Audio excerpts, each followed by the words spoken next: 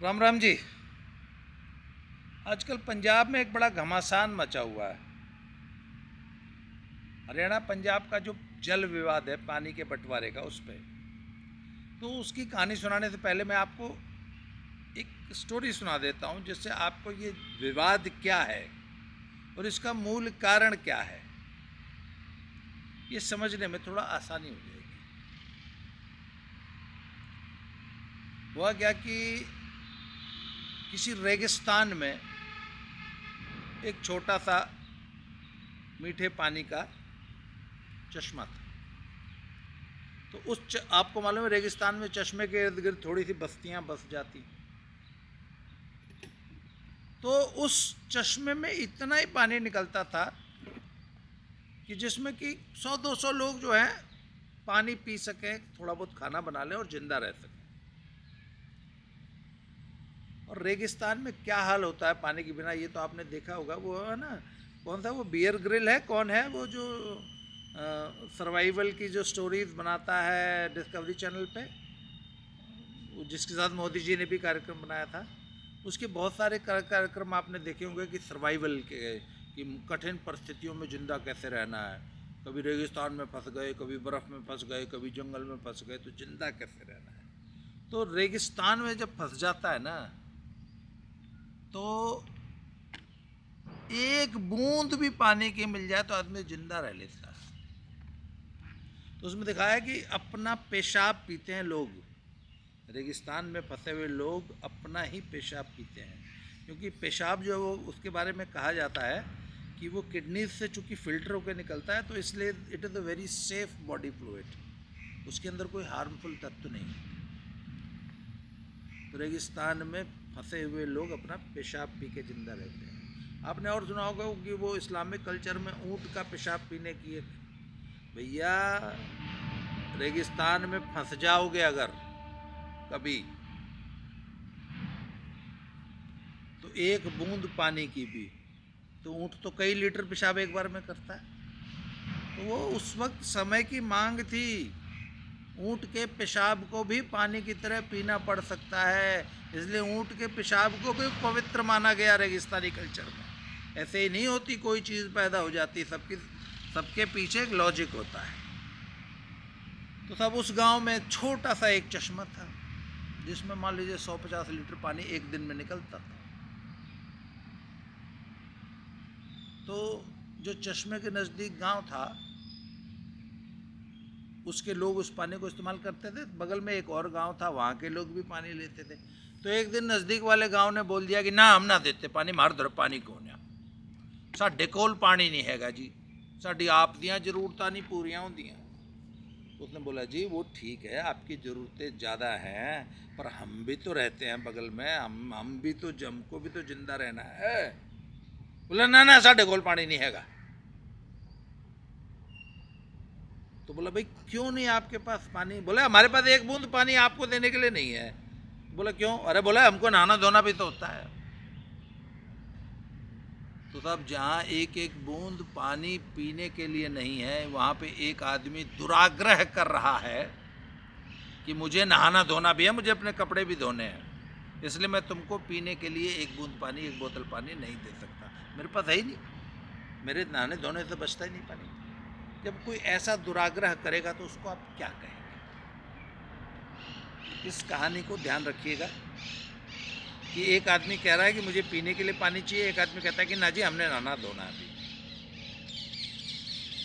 एक और कहानी सुना देता हूँ। एक जाट था, उसके दो छोरे थे, तो दोनों छोरे में बंटवारा हो गया। तो गाय एक ही थी। तो बड़ा भाई बहुत सियाना था, वो ने बोलिया कि भाई गाय तो ये देख एक ही है, तो ऐसा करते हैं बंटवारा कर लेते हैं कि आगे आगे का हिस्सा तेरा, पीछे पीछे का हिस्सा गाय का मेरा।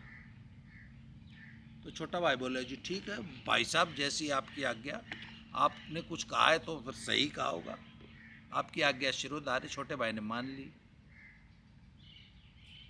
तो भाई अगली गाय का अगला हिस्सा छोटे भाई का आया था, तो गाय के मुंह आगे लग रहा था।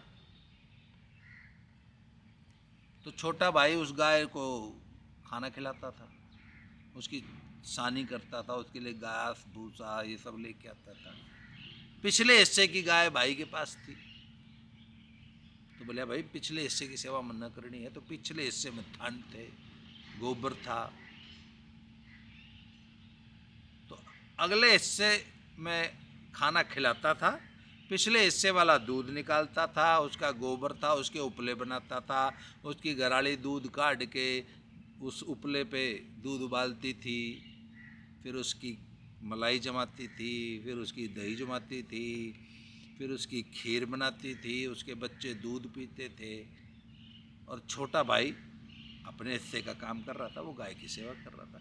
तो थोड़े दिनों बाद भाई को समझ में आई, छोटे वाले के, कि यार ये तो गलत बंटवारा हो गया।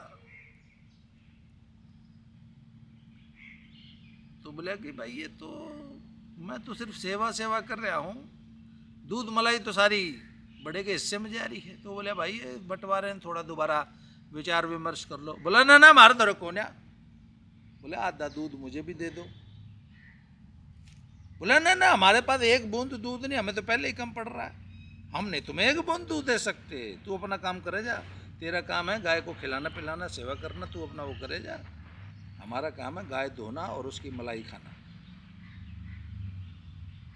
ये दो कहानियां मैंने आपको सुनाई, इनको याद रखें। भारत आज़ाद हुआ 1947 में, तो हिंदुस्तान और पाकिस्तान का बंटवारा हो गया। तो पानी का, भाई सिर्फ मुल्क नहीं बंटते, जमीन नहीं बंटती, संसाधन भी बांटने पड़ते हैं। तो साहब पानी का बंटवारा हुआ, तो तीन मुख्य, जो ये आपका जो सिंध नदी का बेसिन है, उसमें कुल 6 नदियां हैं, सतलुज, ब्यास, रावी, चिनाब, झेलम और सिंध। तो जब देश का बंटवारा हुआ तो सिंधु जल समझौता किया नेहरू जी ने, तो उसमें सतलुज, ब्यास और रावी, इनका पूरा जल भारत के हिस्से, और रावी, सतलुज, ब्यास, रावी, चिनाब, झेलम और सिंध, इसका 80%, इन 3 नदियों का 80% पाकिस्तान के पास और 20% हिंदुस्तान को समझौते में मिला। ये इसको सिंधु जल समझौता बोलते हैं, जो कि नेहरू जी ने किया था पाकिस्तान में। ये हुआ जी 1955 का। तो 1955 में भी तो जब हिंदुस्तान का बंटवारा होगा, तो वो जो पानी होगा सतलुज, ब्यास और रावी का, वो कैसे कैसे बटेगा। तो उन दिनों संयुक्त पंजाब होता था, हरियाणा और हिमाचल नहीं बने थे, पर पंजाब के 2 हिस्से थे, एक पंजाब एक पेप्सू। पेप्सू में ये पटियाला, और पटियाला के इर्द गिर्द महाराजा पटियाला का जो पटियाला था ना ब्रिटिश इंडिया का, तो वो पेप्सू बना था। तो पेप्सू अलग था, पंजाब अलग था। पंजाब में थे आज का हरियाणा और हिमाचल, और पेप्सू। तो ये उस वक्त 1955 में जो पानी का बंटवारा हुआ, वो ऐसे था कि उस वक्त पंजाब, पेप्सू, राजस्थान और J&K, इन 4 राज्यों में पानी का बंटवारा हुआ था। और वो ऐसे ऐसे हुआ था कि पंजाब को मिला था 7.3 billion cubic metre, 7.3 billion cubic metre पानी मिला था, और 1.6 मिला था पेप्सू को। राजस्थान को मिला था 9.9 बिलियन, और J&K को मिला था 0.8 बिलियन। यह है 1955 की बात, इसमें कहीं से कोई विवाद कभी नहीं हुआ। 1966 में पंजाब को रीऑर्गेनाइज किया गया, पंजाब का भाषा के आधार पर बंटवारा किया गया। बंटवारे में क्या हुआ था, हिमाचल अलग हो गया, J&K अलग, हरियाणा अलग हो गया। तो भैया अब सिर्फ जमीन नहीं बांट सकते आप, आपको संसाधन भी बांटने पड़ेंगे। क्यों?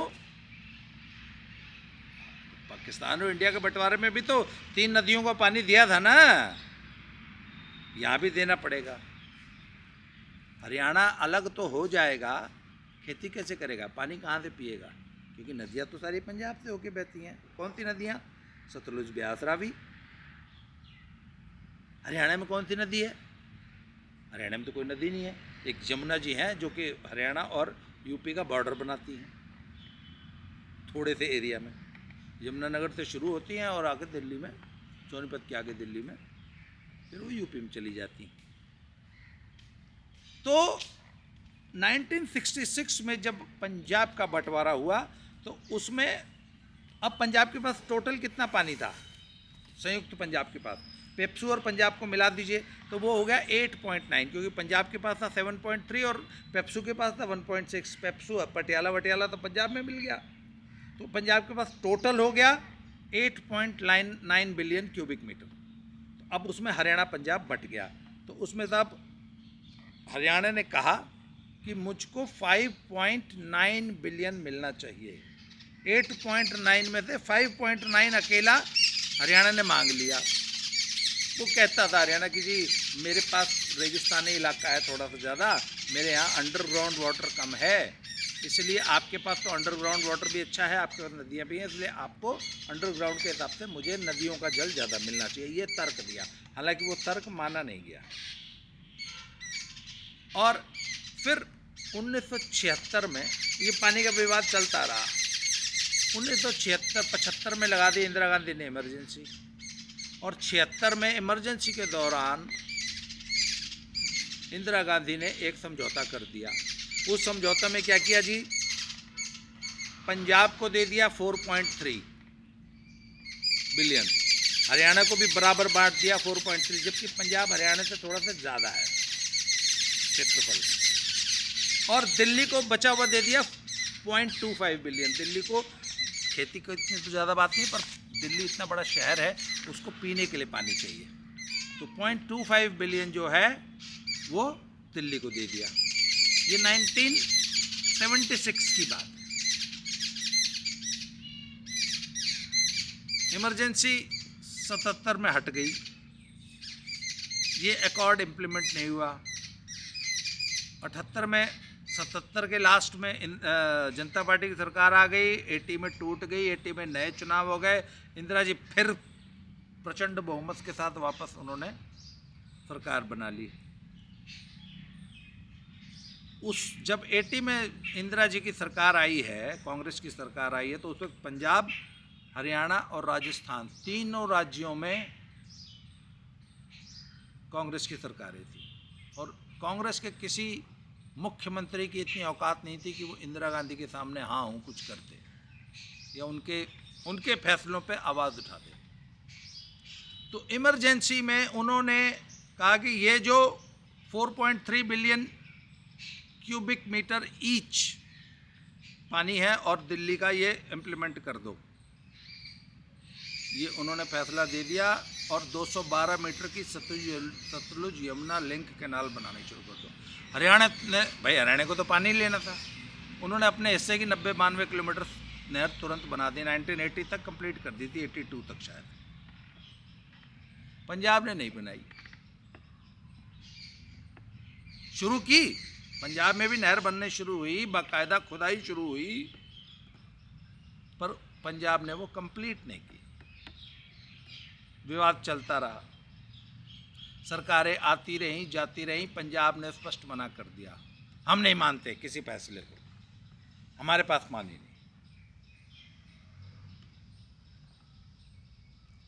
1986 में सरकार ने, 84 में इंदिरा जी की हत्या हो गई थी, आपको याद होगा, राजीव गांधी आ गए थे, इतना प्रचंड बहुमत लेके आए, 408 सीटें, तो इराडी ट्रिब्यूनल बना दिया। तब भी तीनों राज्यों में कांग्रेस की सरकारें थी। इराडी नाम के से एक जज साहब थे, उनके नाम से एक कमीशन बनाया है, उसका नाम है इराडी ट्रिब्यूनल। इराडी ट्रिब्यूनल ने नया फैसला दे दिया, कुछ पानी को, कुछ नहरें वहरें और बना दिया, तो पानी की उपलब्धता थोड़ी सी बढ़ गई थी 1966 की तुलना में, क्योंकि जो पानी फालतू बह जाता था उन पे बांध वांध बना दिए थे, कुछ नहरें बना दी गई थी। तो पानी को जब उन्होंने वापस कैलकुलेट किया तो एक नया फैसला दिया इराडी साहब ने, उसमें था कि भैया ठीक है, पंजाब बड़ा है, पंजाब की ज़रूरतें ज़्यादा हैं, पंजाब का क्षेत्रफल भी ज़्यादा है, इसलिए पंजाब को दे दिया 6.2 बिलियन और हरियाणा को दे दिया 4.72 बिलियन, मतलब लगभग 11.25 बिलियन क्यूबिक मीटर पानी का इराडी ट्रिब्यूनल ने एक फैसला दे दिया। पंजाब का रवैया क्या था? साढ़े कोल पानी नहीं हैगा, असी नहीं देना। सुप्रीम कोर्ट में गया, सुप्रीम कोर्ट ने दुनिया भर के ये वो मतलब दुनिया भर के नेगोशिएशन हुए, सब कुछ हुए, मान मनोबल हुई, आंखें दिखाई गई, सुप्रीम कोर्ट ने जजमेंट्स दिए। पंजाब का तब से लेकर आज तक का एक रवैया है, असी नहीं देना। आज ये वही पार्टियां हैं जो हमेशा फेडरलिज्म का रोना रोती हैं, संघीय व्यवस्था है, राज्यों के एक दूसरे के संबंध हैं, केंद्र का और राज्य का जो संबंध है वो फेडरल स्ट्रक्चर जो है भारत का। और हमेशा मोदी जी पे ऐसा आरोप लगते हैं कि मोदी जी संघीय व्यवस्था जो हमारा संघीय ढांचा है उसको नष्ट कर रहे हैं, मोदी जी अपनी विल जो है राज्यों पे मढ़ देते हैं, मोदी जी राज्यों का सम्मान नहीं करते, मोदी जी राज्यों की बात नहीं सुनते, ब्ला ब्ला ब्ला ब्ला। मोदी पे दुनिया भर के आरोप लगाए जाते हैं। कौन लोग आरोप लगाते हैं? जिन्होंने 100 से ज़्यादा बार तो आर्टिकल 3 वो प्रेसिडेंट रूल लगाने के लिए आर्टिकल 376 है ना, वो तो ऐसा ही कुछ है, शायद 376 ही है। अब 376 तो वो यार महिलाओं वाली वो उसमें हमारी बेटी का जॉन सत्सन हो गया उसमें लगती है 376, ये भी शायद 376, मैं कंफ्यूज हो गया हूँ, बूढ़ा हो गया ना। तो जिस पार्टी ने सबसे ज्यादा चुनी हुई राज्य सरकारें भंग की हैं वो पार्टी आजकल मोदी पे फेडरल स्ट्रक्चर को कमजोर करने का बहाना मतलब आरोप लगाती है। खैर, आज क्या चल रहा है? आज से एक हफ्ता पहले सुप्रीम कोर्ट ने ये फैसला दिया कि आप सतलुज यमुना SYL कैनाल बनाइए, नहीं तो हमको सख्ती करनी पड़ेगी। ये किसी केंद्र सरकार का फरमान नहीं है, भारत के सुप्रीम कोर्ट ने ये फैसला दिया है। और कई बार डेलिब्रेशन के बाद, कई बार सुनवाई के बाद, और ऐसे फैसले वो कई बार दे चुका है। पिछले 15 साल से लगातार बोल रहा है कि भैया SYL बनाओ, SYL बनाओ, हम हरियाणा को उसके अधिकारों से वंचित नहीं करते। तो आज साहब कल कैबिनेट की कोई सरदार भगवंत सिंह मान जी की मीटिंग हुई तो उसमें एक मंत्री ने कहा असी केंद्र सरकार दे नुमाइंदियां नूं पंजाब च नहीं वड़न देंगे, हम कोई SYL के लिए सर्वे नहीं होने देंगे। वो तो जो हमने ज़मीन एक्वायर की थी वो तो हमने किसानों को वापस कर दी, हुण तो साढ़े कोल ज़मीन ही नहीं है, असी किद्दां बना सकते हैं SYL, साढ़े कोल ना पानी है ना ज़मीन है। सब इसको कहते हैं थेथरई। थेथर आदमी ऐसे ही बतियाता है। अच्छा, मैंने आपको कहानी सुनाई थी कि एक आदमी कह रहा है जी मेरे को पानी चाहिए पीने के लिए, और एक आदमी कह रहा है नहीं मुझे नहाना धोना भी तो है। रेगिस्तान में जबकि लोग अपना पेशाब पी के जिंदा होने की नौबत आई है तो एक आदमी कह रहा है कि नहीं मुझे तो नहाना है, मैं नहीं दूंगा पानी। ये ज्यादती है कि नहीं है? पंजाब की सबसे बड़ी समस्या आज क्या? पंजाब जगह जगह रोता है, ओहो साडा वाटर टेबल डाउन हो गया, ओहो साडे कोल पानी नहीं हैगा। पंजाब की ये दुर्दशा क्यों हुई है? क्योंकि पंजाबी धान की खेती करने लग गए। आप कहेंगे धान की खेती में ऐसी क्या बुराई है भैया? जी हाँ, धान की खेती में ये बुराई है कि ये वाटर गजलिंग फसल है, इसमें बहुत ज़्यादा पानी का इस्तेमाल होता है, वो पानी जो पंजाब के पास है नहीं। तो आखिर पंजाब के पास पानी नहीं है तो पंजाबी कैसे खेती करता है? पंजाबी अपने भूमिगत जल का अनर्गल अनाप शनाप दोहन कर रहा है पिछले 40 साल से। 40 साल पहले पंजाब में धान की खेती नहीं होती थी। 50 साल पहले आपको मैं बताऊं, मैं 1984 के आसपास 1982 में पहली बार पंजाब जब आया था तो उन दिनों का जो मैंने ग्रामीण पंजाब देखा था तो उसमें पंजाब में गांव में ऐसे लोग थे जिन्होंने ज़िंदगी में कभी चावल को मुंह नहीं लगाया था, क्योंकि पंजाब में चावल का कोई चलन था ही नहीं। पंजाबी चावल खाते नहीं थे। क्यों नहीं खाते थे? क्योंकि भैया ट्रेडिशनली पंजाब में चावल उगता नहीं। 1980s तक पंजाबी, शहरी तो फिर भी थोड़ा बहुत खा लेते थे, ग्रामीण पंजाबी ने, पंजाब के लोगों ने कभी जिंदगी में चावल को ऐसे हाथ में उठा के मुंह नहीं लगाया था, क्योंकि Punjab was never introduced to rice traditionally. वो तो जब बिजली और बोरिंग ट्यूबवेल्स और नहरों का जाल बिछा है भाखड़ा नदी के बाद, भाखड़ा डैम के बाद, तब पंजाब ने धान की खेती शुरू की। परंतु वो धान की खेती इतनी हानिकारक है क्योंकि आप सिर्फ नहरी ज़मीन से नहरी से पानी से आप धान की खेती नहीं कर सकते इतने बड़े एरिया में। तो पंजाबियों ने क्या किया, अंधाधुंध बोरवेल खोदने शुरू किए और सरकारों ने मुफ्त बिजली देनी शुरू की, तो सब भूमिगत जल से धान की खेती होने लग गई। तो जब भैया भूमिगत जल का इतना दोहन करोगे और वाटर को रिचार्ज नहीं करोगे, भूमिगत जल तो कम होगा। तो आज सारा पंजाब रोता है, वो पानी डूंगे हो गए, साढ़े कोल पानी नहीं है, असी नहीं देना हरियाणे में पानी। क्यों, असी नहाना भी तो यार, हमने धान की खेती भी तो करनी है। हालांकि धान की खेती हरियाणा भी करता है और हरियाणा की भूमि भी धान की खेती के लिए, हरियाणा की जलवायु भी सुटेबल नहीं है। धान की खेती कहाँ के लिए सुटेबल है भैया, कोस्टल एरियाज के लिए, बिहार, बंगाल, उड़ीसा, पूर्वी उत्तर प्रदेश, असम, जहाँ इफरात बारिश होती है, जहाँ आप सिर्फ वर्षा के बल पर धान की खेती कर सकते हैं, धान वहाँ उगाओ। रेगिस्तान में जहाँ पानी की कमी है, जहाँ पानी नहीं है आपके पास, जहाँ इतनी वर्षा नहीं होती, वहाँ पे जौ, बाजरा, मक्का, चना, मटर ऐसी फसलें उगाई जाती हैं, या ड्रिप इरिगेशन या इरिगेशन की नई टेक्नोलॉजीज से खेती करिए। भूमिगत जल का दोहन करके अपनी पूरी धरती को बंजर मत बनाइए। पर ये बात ना हरियाणा को समझ में आती है ना पंजाब को समझ में आती है, इसलिए अंधाधुंध दोनों स्टेट धान की खेती किए जा रहे हैं। मैं तो आपको बताऊं, मैं पिछले साल राजस्थान के दौरे पे गया था, तो एक जगह हमने देखा, वो जो राजस्थान वाली जो इंदिरा गांधी कैनाल है, उसके किनारे लोगों ने थुर रेगिस्तान में, पता नहीं कौन सा गांव था, वहाँ नहर के किनारे ही एकदम वो था, धान की खेती कर रखी है। रेगिस्तान में धान की खेती कर रहे हैं लोग, क्यों? क्योंकि बगल से इंदिरा गांधी कैनाल निकलती है। मैंने कहा गवर्नमेंट इतना बड़ा, ये तो इससे बड़ा तो पाप नहीं हो सकता था कि रेगिस्तान में आप इतना पानी वेस्ट कर रहे हैं धान की खेती में। तो सब ये लड़ाई खैर था। पंजाब और हरियाणा का पानी का बंटवारा क्लियर है, उसमें पंजाब की थितरई क्या है कि हम एक बूंद पानी नहीं देंगे हरियाणा के हिस्से को। तो भैया वो तुम्हारे फेडरल राग है, फेडरलिज्म का क्या होगा? अच्छा, ये तो थितरई है ना, आपने गुंडई, ये तो गुंडई है, थितरई नहीं है, ये तो सरेआम गुंडई है, हम नहीं देंगे। तो भैया ऐसी गुंडई अगर हरियाणा भी करने लग गया, तो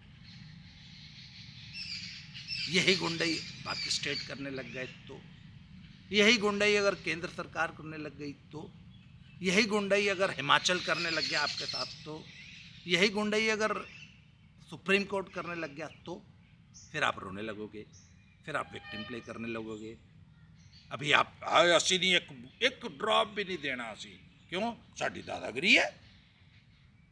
पर आज के ज़माने में फिर वही बात है, देश के फेडरल स्ट्रक्चर को आप कितना रिस्पेक्ट कर रहे हैं, ये सोचने वाली बात है कि नहीं?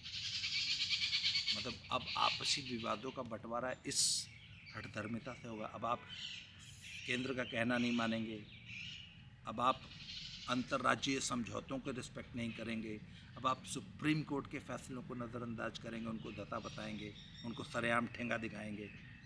इसी तरह देश चलेगा, ये सोचने वाली बात है कि नहीं? वो कहते हैं वो एक रिपेरियन प्रिंसिपल ऑफ वाटर है कि जिस राज्य से, जिस एरिया से नदी बहती है, उसी एरिया के लोगों को हक है। अब मान लीजिए ब्यास नदी तो कपूरथले में बह रही है, कपूरथले में से निकलती है, तो फिर जलंधर का हक है कि नहीं? लुधियाने का हक है कि नहीं? पटियाले का हक है कि नहीं? सोचने वाली बात है कि नहीं? या सिर्फ कपूरथला ही लेगा वो सारा पानी? नहीं ना, हक तो पूरे पंजाब का है कि नहीं है? तो फिर अगर पटियाले तक का हक होगा, तो फिर हरियाणा का क्यों नहीं होगा? अगर आपको रिपेरियन प्रिंसिपल ही डिस्कस करना है, तो उसको भी तो इन टोटालिटी ही डिस्कस करना पड़ेगा।